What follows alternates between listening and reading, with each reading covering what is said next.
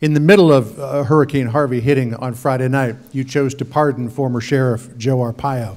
I wonder if you could tell us what was behind your thinking for issuing a pardon for the sheriff.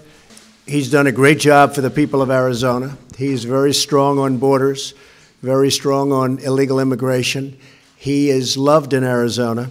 I thought he was treated unbelievably unfairly when they came down with their big decision to go get him right before the election voting started, as you know, and he lost in a fairly close election. He would have won the election, but they just hammered him just before the election. I thought that was a very, very unfair thing to do. Sheriff Joe is a patriot. Sheriff Joe loves our country.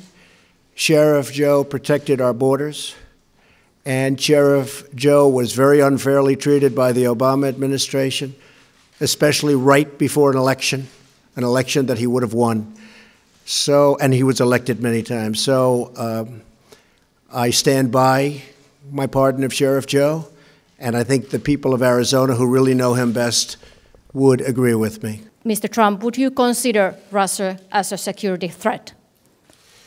Thank you. Well, I consider many countries as a security threat, unfortunately, when you look at what's going on in the world today. As you know, a few weeks ago, our great Vice President, Mike Pence, who's right here, was in the region and spent quite a bit of time there. We consider that a very, very important part of the world. We have great relationships there. We have a great relationship with Finland. And so I would consider many countries threats, but these are all threats that we'll be able to handle if we have to. Hopefully we won't have to handle them, but if we do, we will handle them. Can I have a follow-up, as he had also?